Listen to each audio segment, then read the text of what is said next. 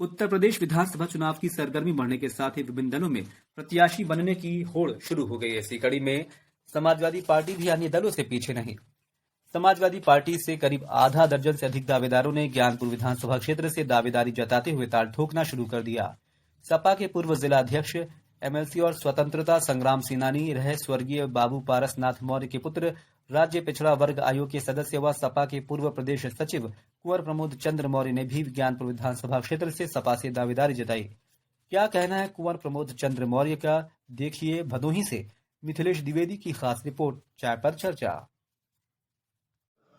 नमस्कार। उत्तर प्रदेश विधानसभा चुनाव की सरगर्मी शुरू हो चुकी है। सरगर्मी के बीच ही विभिन्न दलों में टिकट युद्ध भी शुरू हो चुका है। हम बात कर रहे हैं टिकट युद्ध की। टिकट युद्ध में देखा जाए तो समाजवादी पार्टी, भारतीय जनता पार्टी, कांग्रेस और बसपा में भी प्रत्याशी बनने को लेकर एक प्रकार से होड़ मची हुई है। लेकिन हम चर्चा करेंगे ज्ञानपुर विधानसभा क्षेत्र की और शुरुआत करते हैं समाजवादी पार्टी से। समाजवादी पार्टी ज्ञानपुर विधानसभा क्षेत्र में भी तमाम लोगों ने अपनी अपनी दावेदारियां जताई हैं। लेकिन आपको बता दें कि समाजवादी पार्टी में जिस तरह से टिकट को लेकर एक जंग चल रही है, एक होड़ मची है, इस होड़ के बीच एक निर्णायक समाज की तरफ भी देखा जा रहा है। ये समाज है मौर्य शाक्य सैनी कुशवाहा। देखा जाए अमूमन तो पूर्वांचल के भदोही जनपद में मौर्य समाज की तादाद काफी अधिक रही है। खमरिया नगर हो या फिर ज्ञानपुर का इलाका हो, इन स्थानों पे बहुतायत संख्या में गांव-गांव ये समाज अपने कठिन श्रम से पहचान रखता है। आपको एक और राजनीतिक उदाहरण दे दें। 2004 में बहुजन समाज पार्टी के प्रत्याशी बनाए गए नरेंद्र सिंह कुशवाहा ओबरा सोनभद्र की धरती से खाली हाथ भदोही पहुंचे थे और यहां पर मौर्य समाज ने आटा से लेके भाटा तक, तेल से लेके फुलेल तक, सीधा किसान से लेकर के चुनावी खर्च तक उठाते हुए उन्हें संसद में भेज दिया था। यह बात अलग रही कि उन्होंने अपना राजनीतिक करियर लंबे समय तक बरकरार नहीं रख सके, ये अलग बात है। लेकिन हम बात करें समाजवादी पार्टी की, तो समाजवादी पार्टी ने भी 2012 के विधानसभा चुनाव में इसी समाज के निर्णायक मतों के दम पे भदोही जनपद की तीनों विधानसभाओं को जीता था, फतेह किया था। तीनों सीटें अगर पहली बार आई थी तो बहुत बड़ा रोल समाजवादी पार्टी के वोटों में मौर्य समाज की भी रही। मौर्य समाज अब 17 के चुनाव में देख लें तो मौर्य समाज ने फिर पलटी मार दिया था। केशव प्रसाद मौर्य, स्वामी प्रसाद मौर्य जैसे बीजेपी के धुरंधर नेताओं के सिर्फ नाम पे इस समाज ने वोटिंग कर डाली। निर्णायक वोटिंग हुई और भदोही जनपद की 3 में से 2 सीटें भारतीय जनता पार्टी ने जीत ली। बहरहाल अगर हम बात करें मौर्य समाज की, तो यहां पे पूर्ववर्ती चुनाव को ही ले लें। हम बात करते हैं 2002 के विधानसभा चुनाव की, तो तत्कालीन समय में एमएलसी और जिला अध्यक्ष समाजवादी पार्टी के रह चुके बाबू पारसनाथ मौर्य के नेतृत्व में भी समाजवादी पार्टी ने 3 की तीनों सीटें जीती थी। तो 2012, 2002 और अब 22, अंतराल वही है 2002 और 2012 में 10 वर्षों का, और 2012 से लेकर हम 22 की बात करते हैं तो फिर 10 सालों का ये अंतराल आता है। ऐसे में क्या फिर बाबू पारसनाथ मौर्य की राह पे चलते हुए कुंवर प्रमोद चंद्र मौर्य जो समाजवादी पार्टी के युवा चेहरे हैं, अखिलेश यादव हो राष्ट्रीय अध्यक्ष समाजवादी पार्टी के, या फिर प्रोफेसर राम गोपाल यादव, हम बात करेंगे शिवपाल की, तो कोई भी ऐसा नेता हमारे ख्याल से समाजवादी पार्टी में ऐसा नहीं है जिससे इस परिवार के अच्छे संबंध न रहे हों।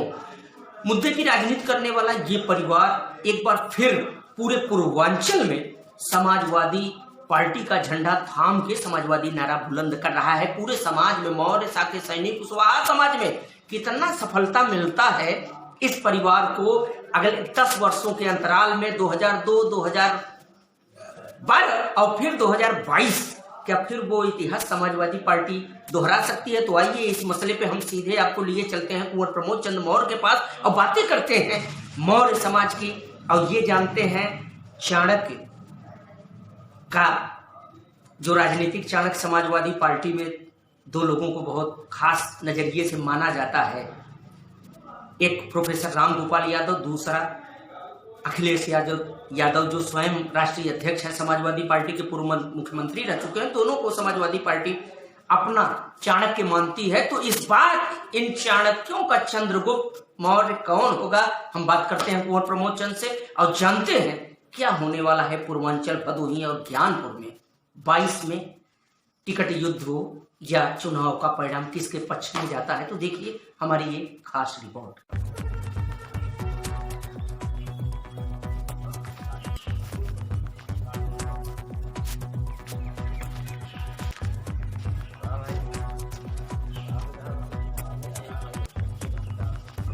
उत्तर प्रदेश विधानसभा चुनाव को लेकर सरगर्मी हर तरफ छाई हुई है। टिकट युद्ध शुरू हो चुका है। टिकट युद्ध के इस खास प्रोग्राम की हम शुरुआत कर रहे हैं समाजवादी पार्टी के पूर्व प्रदेश सचिव, राज्य पिछड़ा वर्ग आयोग के पूर्व सदस्य रहे और राजनीतिक पुरोधा के साथ साथ स्वतंत्रता संग्राम में अहम भूमिका निभाने वाले क्रांतिकारी सेनानी बाबू पारसनाथ मौर्य के पुत्र कुंवर प्रमोद चंद्र मौर्य से हम विभिन्न मसलों पर बात करेंगे, जानेंगे कि किस तरह से सियासत भदोही की चल रही है, ज्ञानपुर में क्या स्थिति है, प्रदेश की क्या स्थिति है। कुंवर जी, चुनाव की सरगर्मी शुरू हो गई है जी। देखा जाए तो हर दल अपने अपने तरफ से राजनीतिक बिसात बिछाने में लगे हुए हैं। समाजवादी पार्टी भी इस मुहिम में शामिल है। तो समाजवादी पार्टी किस तरह से मौर्य समाज को 2012 की तरह मंच पे लाने जा रही है, कृपया शार्ट में संक्षेप में ये बताएं क्या भूमिका होगी, क्या समाज को भागीदारी मिलेगा खास तौर से प्रतिनिधित्व के तौर पे विधानसभा चुनाव में? समाज को समाजवादी पार्टी ने हमेशा सम्मान दिया है। समाजवादी पार्टी पहले जब लोकदल, जनता पार्टी के रूप में था, उस समय सबसे पहले बाबू उदयनाथ जी को मंत्री बनाने का काम समाजवादी मुलायम सिंह जी ने किया था, माननीय चौधरी चरण सिंह ने किया था। और चूंकि पिताजी का पुराना सोशलिस्टी इतिहास रहा है, स्वतंत्रता आंदोलन में ही आचार्य नरेंद्र देव के साथ वो सोशलिस्टी हुए थे और तब से जीवन पर्यंत सोशलिस्टी समाजवादी रहे। और बीच में 89-90 की सरकार बनाने में जब लोकदल अब था, उस समय भी माननीय मुलायम सिंह यादव जी के सरकार को बचाने में पिताजी की महत्वपूर्ण भूमिका रही। पिताजी ने दर्जनों विधायकों को नेताजी के पाले में करने का काम किया और उसमें कई लोग मंत्री भी हुए, बनवाए गए। लेकिन पिताजी ऐसे समाजवादी फक्कड़बती थे कि जिंदगी में कहीं से चुनाव नहीं लड़े, न किसी लाभ के पद के लिए उन्होंने जिज्ञासा प्रकट किया। लेकिन आप जानते हैं कि पूरे उत्तर प्रदेश में चाहे चौधरी चरण सिंह रहे हों, चाहे आदरणीय स्वर्गीय डॉक्टर राम मनोहर लोहिया जी रहे हों, चाहे माननीय मुलायम सिंह यादव रहे हों, इन सभी लोगों का पिताजी से बहुत अच्छे संबंध रहे हैं और बहुत स्नेह रहा। और बताते हैं लोग कि पिताजी का माननीय मुलायम सिंह के मुख्यमंत्री बनाए जाने में बहुत बड़ी भूमिका रही और उसी का फल रहा कि माननीय मुलायम सिंह यादव ने हर सरकार में पिताजी का सम्मान किया था और वो बहुत ही अदब के साथ पिताजी को मानते थे। ये पूरे प्रदेश का मौर्य, कुशवाहा, साके, सैनी समाज जानता था और 94 से 2000 तक एमएलसी भी रहे। तो इस बार समाज पूरी तरह से ये जो सफ़ेद हाथी साबित हुए भारतीय जनता पार्टी के केशव प्रसाद एंड कंपनी, जो मौर्य समाज जिनके नाम पर हमारा समाज समाजवादी पार्टी को छोड़ करके भाजपा में चला गया था और हमारे समाज के जाने की वजह से ही भारतीय जनता पार्टी की सरकार बनी थी। बीच में यही मौर्य कुशवाहा शाक्य सैनी समाज थोड़े समय के लिए बसपा के साथ जुड़ा तो बसपा की सरकार बनी थी। बहन जी की सरकार जो बनी थी, पूरा प्रदेश जानता है कि मौर्य कुशवाहा शाक्य सैनी के समर्थन से बना था और इस सरकार को भी पूरा प्रदेश जानता है कि मौर्य कुशवाहा सैनी के नाम से ही इस बार की भाजपा सरकार बनी है। जैसा आपने बताया कि मुलायम सिंह यादव जी पिताजी के जमाने में उन्हें बहुत मानते थे, सम्मान भी दिया एमएलसी बना करके। अखिलेश जी आपको कितना मानते हैं? अब आप इतने समझ लीजिए कि माननीय अखिलेश जी युवा हृदय सम्राट, जो आज के ज़माने के सबसे मसीहा कहने वाले नौजवानों के मुख्यमंत्री हैं, उन्होंने अपने सरकार में हमें पिछड़ा वर्ग आयोग का सदस्य बनाया था और स्वर्गीय पिताजी के नाम से ट्रामा सेंटर दिया था मेरे एक बार कहने से। और आप स्वतः जिले में आने पर मंचों पर आपने देखा होगा कि कितना सम्मान उनका, वो पुराने समय को याद करते हैं और सम्मान करते हैं। और हम लोग भाई उसी हिसाब से लगे हैं पूरे क्षेत्र में। और पिताजी के कहने पर ही 89-90 में उन्होंने पिताजी को आश्वासन दिया था जनता की मांग पर कि हम बनारस से काट करके भदोही को जिला बना देंगे। और उस काम को निभाया माननीय मुलायम सिंह ने कि 94 में जब पिताजी एमएलसी थे, उन्होंने कहा कि आपने हमको वादा दिया था कि सरकार आने पर हम भदोही को जिला बना देंगे, तो अब कब बनाएंगे? तो उन्होंने कहा हो जाएगा। लेकिन पिताजी उस समय रिजिड हो गए कि नहीं, आज ही बताइए कि कब आप चलेंगे, नहीं तो मैं नीचे बैठने का काम करूंगा। इसके बाद वो हंसे और फिर टाइम दिखवा करके 30 जून 1994 में आकर के जनपद भदोही बनाने का काम किए। इसलिए जनपद भदोही समाजवादी पार्टी का आजीवन ऋणी है। और ऋणी इसलिए भी है कि जब जब समाजवादी पार्टी की सरकार आई, इस जनपद को समाजवादी पार्टी की सरकार में कुछ न कुछ मिला। ज्ञानपुर विधानसभा क्षेत्र में आपकी सक्रियता अधिक है, बूथ कार्यकर्ताओं का आपने बहुत बड़ा सम्मान किया है, गांव गांव आप पहुंचे हैं, तो क्या उद्देश्य है विधानसभा का चुनाव लड़ना या फिर कार्यकर्ताओं का सम्मान? राष्ट्रीय अध्यक्ष जी का हमें इशारा हुआ कि ज्ञानपुर से आप चुनाव लड़ जाओ, क्योंकि भाई राजनीति में लक्ष्य कुछ होना चाहिए। तो मैंने उनसे प्रार्थना किया कि मेरे लिए क्या निर्देश है, तो उन्होंने कहा कि ज्ञानपुर से चाहो तो आवेदन कर दीजिए आप। तो मैं ज्ञानपुर से आवेदन किया और उनके ही इशारे पर मैं ज्ञानपुर के क्षेत्र में कार्यकर्ताओं का सम्मान किया और पूरी तरह से लगा हूँ। और बहुत लोगों का समर्थन इस परिवार को मिल रहा है, क्योंकि पिताजी का एक लंबा सेवा रहा है ज्ञानपुर विधानसभा में। और उसका जो है जनता एक बार चाहती है कि इस परिवार को आशीर्वाद दे करके उसका एक बार चुकाना चाहती है एहसान। और मैं उसे स्नेह समझता हूँ।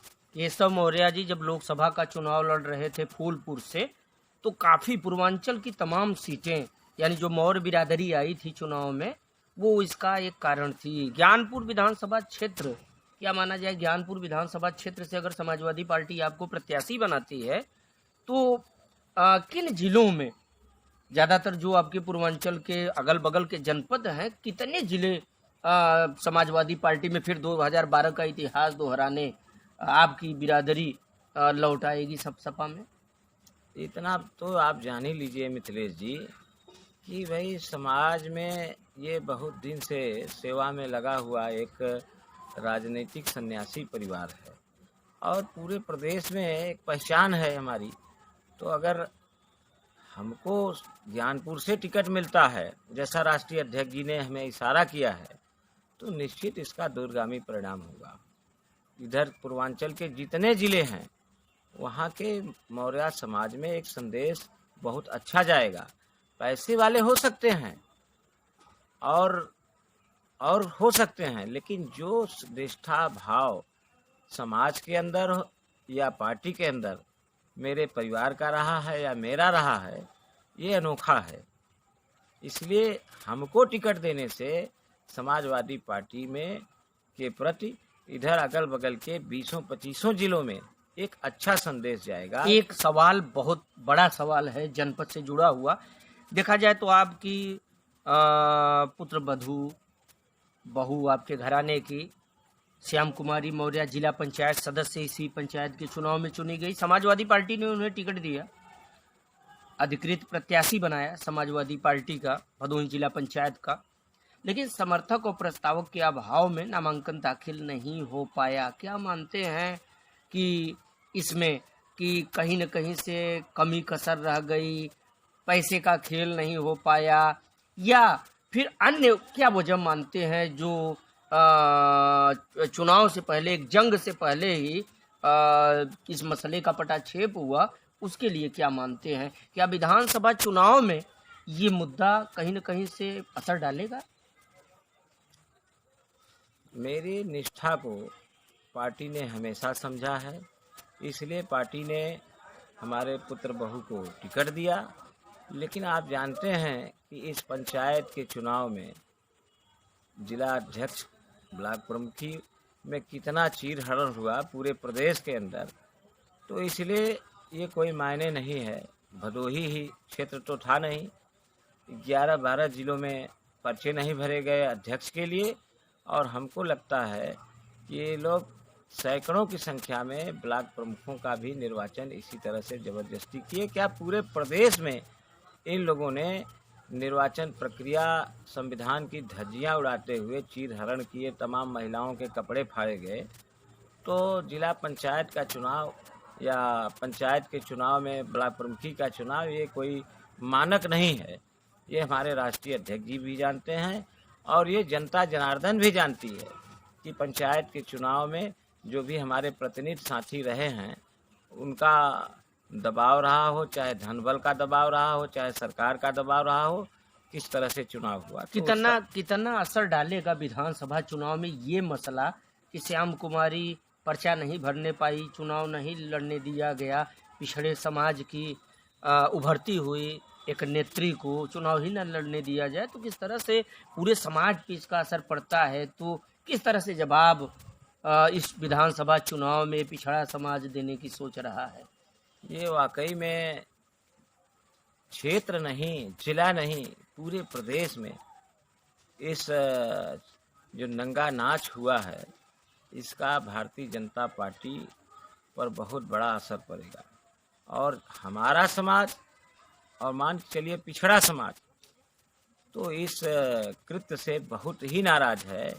और हमारा क्षेत्र, हमारा जिला जो ज्ञानपुर क्षेत्र है, यहाँ की जनता हमको बेचारा के रूप में देखती है कि इस स्वतंत्रता संग्राम सेनानी समाजवादी रोधा परिवार के बेचारे लोग जो है पर्चा नहीं भर पाए इस भारतीय जनता पार्टी के कुकृत्य से, इसलिए लोग हमको जो है उस की भरपाई के लिए हमें विशेष रूप से आशीर्वाद देना चाहते हैं, ऐसा हमें लग रहा है क्षेत्र में घूमने से।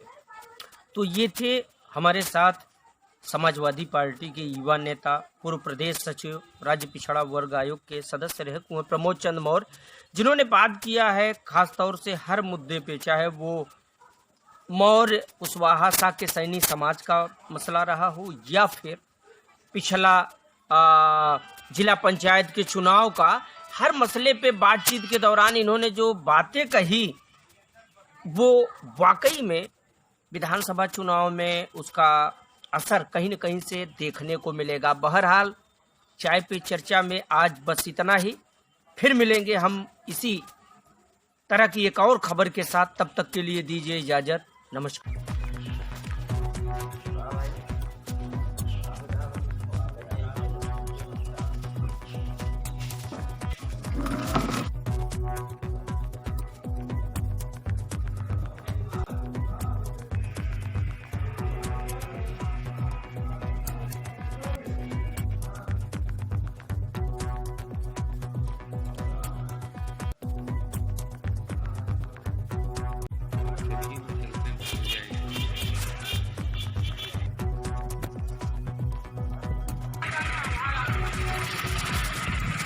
सर्कल ऐप, अपने शहर का अपना ऐप।